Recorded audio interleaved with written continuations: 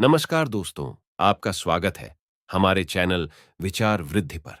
तुलसी में जल डालने से कौन सा फल मिलता है? चलो आज के इस वीडियो में जानते हैं। मित्रों, आप सभी को आने वाले सावन माह की हार्दिक शुभकामनाएं। मित्रों, सावन का महीना बहुत ही पवित्र महीना होता है। इस महीने में भगवान शंकर की पूजा होती है। सावन के महीने में मुख्य रूप से तुलसी माता का पूजन किया जाता है। हिंदू धर्म में तुलसी के पौधे को बहुत ही पवित्र पौधा माना जाता है। तुलसी के पौधे में साक्षात भगवान श्री हरि विष्णु जी और माता लक्ष्मी जी का वास होता है। यदि कोई भक्त कभी भी किसी को भोग लगाता है तो भगवान विष्णु तुलसी पत्र के बिना किसी भी प्रकार का भोग स्वीकार नहीं करते हैं। तुलसी को भगवान श्री हरि विष्णु की अर्धांगिनी भी कहा जाता है। इसीलिए जो भी मनुष्य तुलसी की पूजा करता है वह कभी भी गरीब नहीं रहता है। जो भी मनुष्य रोज तुलसी माता को जल देता है उसकी कभी दुर्गति नहीं होती है। ऐसा मनुष्य घोर पाप करने के बाद भी नरक में नहीं जाता है। मित्रों, चलो मैं आप सभी को एक कथा के माध्यम से बताता हूं कि तुलसी को जल देने से कौन सा फल मिलता है। मित्रों, एक समय की बात है, भगवान भोलेनाथ जी के पास माता पार्वती जी आती है और देवों के देव महादेव से कहती हैं कि हे स्वामी, आप तो तीनों लोकों के स्वामी हैं। आपने समुद्र मंथन के समय समस्त संसार के मनुष्य को विष से बचाने के लिए आपने उस विष को पिया था। आप देवों के देव हैं, परंतु आप फिर भी इस तुलसी के पौधे की पूजा क्यों करते हैं? इसे नित्य जल क्यों चढ़ाते हैं? मैं इस पौधे को जल चढ़ाने का महत्व जानना चाहती हूँ। माता पार्वती की बात सुनने के बाद भगवान भोलेनाथ बोले कि हे देवी पार्वती, तुलसी साक्षात लक्ष्मी जी का ही रूप है और माता लक्ष्मी धन की देवी है और माता लक्ष्मी की नित्य पूजा करने के करोड़ों फायदे हैं जो मनुष्य को पता नहीं होते हैं। और तो और तुलसी के पौधे पर जल चढ़ाने मात्र से मनुष्यों के करोड़ों पाप नष्ट हो जाते हैं। हे देवी पार्वती, तुलसी का महत्व तो बहुत है, परंतु इसका खास महत्व सावन माह में होता है। हे देवी पार्वती, चलो मैं तुम्हें तुलसी को जल देने का महत्व बताने से पहले तुम्हें एक अत्यंत प्राचीन कथा सुनाता हूं। इस कथा के माध्यम से तुम्हें तुम्हारे सारे प्रश्नों के उत्तर मिल जाएंगे। इसीलिए तुम इस कथा को ध्यान से सुनना। इस कथा को सुनने मात्र से ही समस्त पाप नाश हो जाते हैं। अब माता पार्वती कहती हैं, हे प्रभु, मैं इस कथा को अवश्य सुनना चाहती हूँ। कृपया आप मुझे वह कथा सुनाइए, मैं इसे पूरे ध्यान से सुनूंगी। तब भगवान भोलेनाथ माता पार्वती को तुलसी को जल देने के महात्म की कथा सुनाते हैं कि हे देवी पार्वती, तुलसी को जल देने के पीछे एक प्राचीन इतिहास छुपा हुआ है जो बहुत ही उत्तम और पुण्य फल प्रदान करने वाला है। हे देवी पार्वती, पूर्व काल की बात है। देवपुरी में दिवाकर नाम का एक ब्राह्मण रहता था। वह जन्म से तो ब्राह्मण था, किंतु वह कर्म से भ्रष्ट कपटी बुद्धि वाला था। वह कंबल तथा चमड़ा आदि बेचकर धन कमाता था। साथ ही वह सभी से बहुत झूठ बोलता था। उस ब्राह्मण का मन हमेशा बुरे काम करने में लगा रहता था। वह सभी के यह पर चोरी करता था। उसको वेश्यागमन और जुए की बहुत बहुत बुरी आदत थी। उसने अपने जीवन में कभी पुण्य के काम नहीं किए थे। वह सिर्फ कहने का ब्राह्मण था। उसने कभी भी शास्त्रों का अध्ययन नहीं किया, कभी पूजा पाठ भी नहीं किया। सदैव अपना मन दूसरों के धन को पाने के लिए लगाए रखता था। दूसरों की स्त्रियों को देखते ही उसकी लार टपकती थी। वह दिन में जो भी धन कमाता था वह उस धन को रात्रि में वेश्याओं के साथ रात बिता के उनके साथ गमन में खत्म कर देता था। इस प्रकार से वह अत्यंत पापी दिवाकर ब्राह्मण अपना जीवन केवल पाप के कार्यों को करने में अपना जीवन व्यतीत करता था। वह इतना कपटी ब्राह्मण था कि उसने अपने मुख से कभी भगवान श्री हरि विष्णु का नाम भी नहीं लिया था और ना कभी देवी देवताओं का पूजन किया था। मित्रों, अब भगवान भोलेनाथ कहते हैं कि हे देवी पार्वती, इस प्रकार से पाप करते हुए उस दिवाकर ब्राह्मण को अनेक वर्ष बीत जाते हैं। फिर एक दिन उस दिवाकर ब्राह्मण ने खरीदी और बिक्री करने के लिए अरुणाचल नगरी पहुंच जाता है। अब उस नगर के पास से नर्मदा नदी बहती थी। वह नदी बहुत ही पावन थी, इसलिए उस नदी में स्नान करने के लिए दूर दूर से बहुत से लोग आया करते थे। जब वह दिवाकर ब्राह्मण वहां पहुंचा तो उसने देखा कि आज भी वहां पर कई सारे ब्राह्मण आए हुए हैं और भी बहुत से लोग वहां पर हैं। वह ब्राह्मण उसी नदी के किनारे के एक आश्रम में ठहरता है। तो वह वहां देखता है कि उस आश्रम में तो अनेक विद्वान ब्राह्मण हैं जो पुराणों का पठन तथा भगवान विष्णु की स्तुति करने में मग्न है। अब वह पाखंडी ब्राह्मण दिवाकर भी ढोंग करता हुआ वहीं पर उनके साथ रुक जाता है, और उन विद्वान ब्राह्मणों के साथ जब वह रुकता है तो उसे भी भगवान श्री हरि विष्णु का नाम सुनने का उसे अवसर मिल जाता है, क्योंकि उस ब्राह्मण को बिक्री करनी थी, तो वह वहीं पे कुछ दिन रुक जाता है। अब वह वहां पर जब रुकता है तो वहां पर आए लोगों ने गायों का पूजन करके ब्राह्मणों को भोजन कराया, तो उस पापी ब्राह्मण ने भी उन सभी के साथ बैठकर भोजन किया और भगवान का प्रसाद भी ग्रहण किया। अब वहीं पर उस आश्रम में एक तुलसी का पौधा था। सबको देखकर वह पाखंडी ब्राह्मण भी जाने अनजाने में ही उस तुलसी के पौधे में जल डालने जाने लगा था। वह श्रद्धा भाव से नहीं जाता था, उसके मन में कोई विचार नहीं था कि वह क्या कर रहा है। वह रोज सुबह उठकर एक पात्र में पानी लेकर तुलसी के पौधे में डालता था। उसे ऐसा करते करते लगभग 1 माह बीत चुका था। अब उस पाखंडी ब्राह्मण ने जो भी कार्य किए थे वह सावन में किए गए थे, क्योंकि वह ब्राह्मण तो पाखंडी था, तो उसे कुछ पता नहीं था कि सावन का महीना चल रहा है। मित्रों, अब भगवान भोलेनाथ कहते हैं, हे देवी, एक दिन की बात है, जब वह ब्राह्मण आश्रम में सोया हुआ था तब उस स्थान पर एक सर्प आ गया, और जब वह ब्राह्मण सो रहा था तो उस सर्प ने उसे नींद में ही काट लिया। उस पापी ब्राह्मण की नींद में ही मृत्यु हो गई। सुबह जब अन्य ब्राह्मणों ने उसे बेहोश अवस्था में देखा तो उन्होंने उसके मुख में तुलसी पत्र और तुलसी का जल डाल दिया, परंतु उसको होश नहीं आया। फिर सभी ब्राह्मणों को पता चला कि उसकी मृत्यु हो गई है। उस पापी ब्राह्मण की मृत्यु के बाद उसकी आत्मा को लेने के लिए उस स्थान पर यम के 2 दूत प्रकट हुए और उसे पकड़कर यमलोक ले जाने लगे। जब वह यम के दूत रास्ते में उस ब्राह्मण को ले जा रहे थे तब वह पापी ब्राह्मण विलाप करने लगा और यमदूतों से कहने लगा, हे यमदूतों, मुझे आप कहां ले जा रहे हो? मेरी मृत्यु किस कारण से हुई है? मैंने कौन सा पाप किया है? तब यमदूतों ने कहा, अरे पापी दुष्ट ब्राह्मण, तूने जन्म से लेकर मृत्यु तक बहुत पाप किए हैं।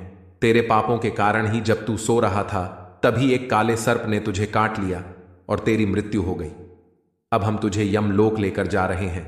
वहां पर यमराज तेरे पाप कर्मों का लेखा जोखा देखेंगे और निश्चित ही तुझे वे नरक में डालेंगे। उन यमदूतों की बात सुनकर वह ब्राह्मण जोर जोर से विलाप करने लगा और उन यमदूतों से क्षमा याचना करने लगा, किंतु यम के दूतों को उस पर जरा सी भी दया नहीं आई, क्योंकि वे मृत्यु के देवता की आज्ञा का पालन कर रहे थे और वे उसे पीटते हुए यमलोक लेकर गए। जब यम के दूत उस ब्राह्मण को लेकर यमराज के सामने पहुंच गए तो यमराज के पास बैठे हुए चित्रगुप्त ने उस ब्राह्मण के जन्म से लेकर मृत्यु तक के कर्मों का लेखा जोखा निकाला और यमराज से कहने लगे, हे महाराज, इस ब्राह्मण ने तो बचपन से लेकर मृत्यु तक पाप ही पाप किए हैं। इसने कोई पुण्य का काम ही नहीं किया है। यह तो महापापी है। तब यमराज बोले कि अरे, इसे तुरंत ही मेरी नजरों से दूर कर दिया जाए और कुंभी पाप नरक में डाल दिया जाए। अब यमराज जी उस दूत से कहते हैं, हे दूत, जीवन भर पाप करने वाले इस दुष्ट ब्राह्मण को उठाकर ले जाओ और इसे कुंभी पाक नरक में डाल दो। यमराज के आदेशों का पालन करते हुए उस पापी ब्राह्मण को लेकर चले गए और उसे बड़े बड़े मुदगर से पीटने लगे, जिससे उस ब्राह्मण का मस्तक टूट गया और वे उसे कुंभी पाक नामक नरक में ले गए। उस भयंकर नरक में खोलते हुए तेल के बड़े बड़े घड़े थे, जिसके नीचे भयंकर अग्नि धधक रही थी। यमराज के आदेशों का पालन करते हुए उन यमराज के दूत ने उस ब्राह्मण को उस खोलते हुए तेल के घड़े में डाल दिया। मित्रों, अब भगवान भोलेनाथ कहते हैं कि हे देवी पार्वती, लेकिन जैसे ही वह ब्राह्मण उस खोलते हुए तेल के घड़े में गिरा, वह तेल तुरंत ही एकदम से ठंडा पड़ गया। इस विचित्र घटना को देखकर उस यम के दूत को बड़ा आश्चर्य हुआ। उसने सोचा कि अरे, ऐसा पहले कभी नहीं हुआ। आज इस ब्राह्मण को इसमें डालने पर यह ठंडा कैसे हो गया? उसने कितने ही पापियों को उस तेल के घड़े में डाला था। वे सभी उस खोलते तेल में गिरकर छटपटाने लगते थे, लेकिन जैसे ही वह ब्राह्मण उस तेल में गिरा, तब वह तेल अचानक से शांत और शीतल हो गया। इस आश्चर्यजनक घटना को देखते ही वह यमदूत तीव्र गति से दौड़ता हुआ सीधा यमराज जी के पास जा पहुंच तब उस दूत को इतना घबराया हुआ देखकर यमराज ने पूछा, हे दूत, क्या बात है? आखिर तुम इतनी तीव्र गति से दौड़ते हुए क्यों आ रहे हो? फिर वह दूत कहता है, हे यमराज, आपने जिस ब्राह्मण को कुंभीपाक नरक में डालने के लिए कहा था तो हमने वैसा ही किया, और जैसे ही हमने उसे कुंभीपाक नरक में डाला तब नरक की अग्नि बुझ गई और वह खौलता हुआ तेल भी बिल्कुल ठंडा पड़ गया। अब यमराज जी कहते हैं, हे दूत, यह तो बड़ी ही विचित्र घटना है, ऐसा तो पहले कभी नहीं हुआ। अब यमराज भी अपने मन में विचार कर रहे होते हैं। तभी उस स्थान पर देवर्षि नारद जी पधारते हैं। देवर्षि नारद को देखकर यमराज अत्यंत प्रसन्न होते हैं और उन्हें प्रणाम करके उनका स्वागत करते हैं। फिर यमराज नारद जी से कहते हैं, हे देवर्षि, आप उचित समय पर आए हैं। हमने आज एक अत्यंत पापी ब्राह्मण को कुंभीपाक नरक में गिराया है, किंतु उसके गिरते ही नरक की अग्नि ठंडी पड़ गई है और खोलता हुआ तेल भी शीतल बन गया है। यमराज जी की बात सुनकर देवर्षि नारद जी यमराज जी से कहने लगते हैं, हे धर्मराज, आपने जिस ब्राह्मण को कुंभीपाक नरक में डाला है वह नरक में डालने योग्य नहीं है, क्योंकि इस ब्राह्मण के द्वारा अनजाने में ही ऐसा कर्म हो गया है जो नरक का नाश करने वाला है। जो मनुष्य पुण्य करने वाले लोगों के साथ रहता है उसे उनके पुण्य का भाग फल मिल ही जाता है, और यह ब्राह्मण तो 1 महीने तक भगवान विष्णु के भक्तों के साथ रह चुका है। इस ब्राह्मण ने एक आश्रम में रहते हुए नित्य तुलसी को जल अर्पण किया है, इसीलिए यह बहुत बड़ा पुण्यवान बन गया है। इसके समस्त पाप नष्ट हो गए हैं। यह ब्राह्मण अब स्वर्गलोक जाने का अधिकारी बन गया है। इस ब्राह्मण ने अनजाने में ही इतना पुण्य कमाया है जो जन्म जन्मांतर में मनुष्यों को प्राप्त नहीं होता है। इसीलिए आप इसे नरक में ना पकाओ। इस ब्राह्मण के पापों के लिए इसे केवल इतना दंड दो, इसे नरक लोक का दर्शन कराओ। मित्रों, अब भगवान भोलेनाथ कहते हैं कि हे देवी पार्वती, अब देवर्षि नारद जी की बात सुनकर यमराज अत्यंत प्रसन्न होते हैं और उस ब्राह्मण को कुंभीपाक नरक से निकाल कर लाते हैं और अपने दूतों से कहते हैं, हे दूत, इस ब्राह्मण महात्मा को ले जाओ और संपूर्ण नरकों का दर्शन कराओ। अब यमराज की बात को सुनकर यम के दूत उस ब्राह्मण को ले जाते हैं और संपूर्ण नरकों का दर्शन कराते हैं। वह इस प्रकार से यम के दूत उस ब्राह्मण को संपूर्ण नरकों का दर्शन कराते हैं और फिर से यमलोक में ले जाते हैं, और फिर वह ब्राह्मण एक यक्ष बन जाता है। अब भगवान भोलेनाथ कहते हैं कि हे देवी पार्वती, जैसे मुझे कैलाश पर्वत प्रिय है, वैसे ही जो मनुष्य नित्य तुलसी की पूजा करता है, तुलसी को जल देता है, वह मुझे सबसे अधिक प्रिय है। उस मनुष्य की कभी दुर्गति नहीं होती है, वह कभी नरक में नहीं जाता है। जिन घरों में तुलसी का पौधा सदैव ही हरा भरा रहता है, उस घर में सुख शांति और समृद्धि बनी रहती है। हे देवी, साथ ही भगवान विष्णु की पूजा में और उन्हें चढ़ाए जाने वाले भोग में तुलसी के पत्र अवश्य होने चाहिए, क्योंकि तुलसी पत्र के बिना भगवान विष्णु किसी भी प्रकार का भोग स्वीकार नहीं करते हैं। इसीलिए प्रत्येक घर में तुलसी का पौधा अवश्य होना चाहिए। अगर आपके घर में तुलसी है तो सुख शांति और समृद्धि के लिए तुलसी को चुनरी अवश्य चढ़ानी चाहिए। हमेशा ध्यान रहे कि तुलसी का पौधा चुनरी के बिना अधूरा होता है। तुलसी केवल एक पौधा नहीं है, बल्कि वह देवी है। वह त्रिलोक के स्वामी भगवान विष्णु पत्नी है। इसीलिए तुलसी को चुनरी अवश्य ही चढ़ाना चाहिए। इससे पति पत्नी में प्रेम और विश्वास बढ़ता है।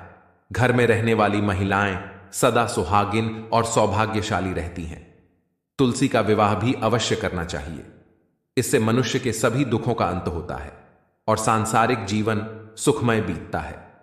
तुलसी के पौधे के पास अपने मुख से कभी भी कोई अपशब्द नहीं बोलना चाहिए। तुलसी के पास भूल से भी जूते चप्पल अथवा झाड़ू पोंछा नहीं रखना चाहिए।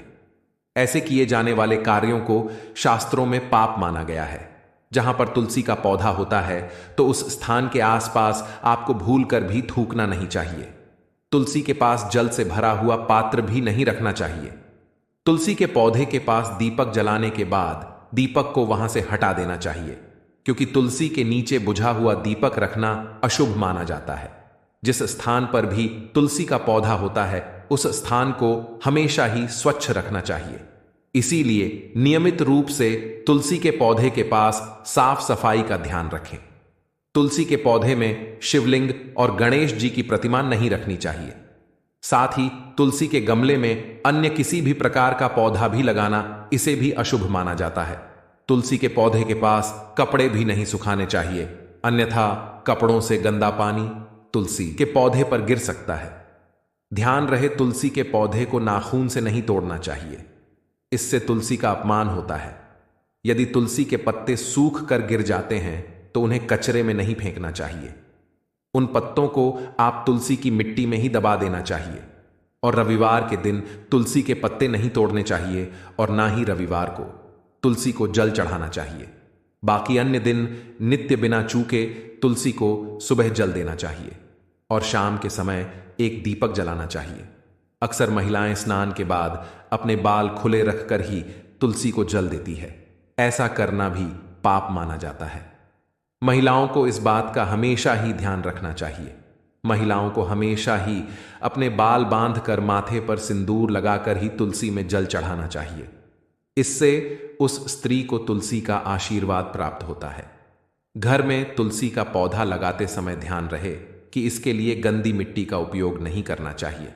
तुलसी के पौधे के लिए शमशान की अथवा गंदगी वाले स्थान की मिट्टी का कभी उपयोग नहीं करना चाहिए। इससे तुलसी मां रूठ जाती है और सूखने लगती है। तुलसी का पौधा कभी गंदे स्थान पर नहीं लगाना चाहिए, जैसे नाली अथवा बाथरूम के पास। इन स्थानों पर तुलसी का पौधा कभी नहीं लगाना चाहिए, अन्यथा गंदा पानी तुलसी के पौधे में गिर सकता है, जो प्रत्येक मनुष्य के लिए बहुत ही अशुभ माना गया है। घर में तुलसी का पौधा कभी सूखना नहीं चाहिए। शास्त्रों में ऐसी मान्यता है कि तुलसी के पौधे के सूखने से अकाल ही मृत्यु की सूचना प्राप्ति होती है। घर में तुलसी का पौधा सूख जाए तो घर की सुख समृद्धि खत्म हो जाती है। सूखी हुई तुलसी में मां लक्ष्मी का वास नहीं होता है। शास्त्रों के अनुसार मासिक धर्म के दौरान महिलाओं को तुलसी के पौधे में पानी नहीं डालना चाहिए और तुलसी को स्पर्श भी नहीं करना चाहिए। ये उन महिलाओं के लिए वर्जित है। तुलसी को बिना स्नान किए जल नहीं देना चाहिए और पैरों में चप्पल आदि पहनकर भी तुलसी को जल नहीं देना चाहिए। तुलसी को जल देते समय ध्यान रहे कि वह जल आपके पैरों पर ना पड़े, इससे तुलसी माता का अपमान होता है। मित्रों, अब भगवान भोलेनाथ कहते हैं कि हे देवी पार्वती, तुलसी पर कभी झूठा पानी नहीं डालना चाहिए। इससे तुलसी माता रुठ जाती है और नित्य तुलसी के दर्शन से मनुष्य को स्वर्ग की प्राप्ति होती है और तुलसी पत्र के सेवन से उसके सभी पाप नष्ट हो जाते हैं। तुलसी का पौधा हमेशा ही घर के सामने लगाना चाहिए। इसे पूर्व अथवा उत्तर दिशा में लगाने से सबको शुभ संकेत प्राप्त होता है। तुलसी के पास मरुस्थलीय पौधे रखना बेहद अशुभ माना जाता है। ऐसे पौधों से नकारात्मक ऊर्जा निकलती है। शास्त्रों में कहा गया है, जिन पौधों से हरी भरी कलियों की उत्पत्ति ना हो, उसके स्थान पर कांटे निकलते हो, तो ऐसे पौधों को तुलसी के पास कभी रखना नहीं चाहिए। शास्त्रों में केले के पौधे का विशेष महत्व बताया गया है। अगर तुलसी के पौधे के पास केले का पेड़ लगा देते हैं तो इसका कई गुना अधिक लाभ प्राप्त होता है। केले के पेड़ में भगवान विष्णु का वास होता है। इसे तुलसी के पास लगाने से घर में सुख समृद्धि आती है। तुलसी के पौधे में शालिग्राम अवश्य रखना चाहिए।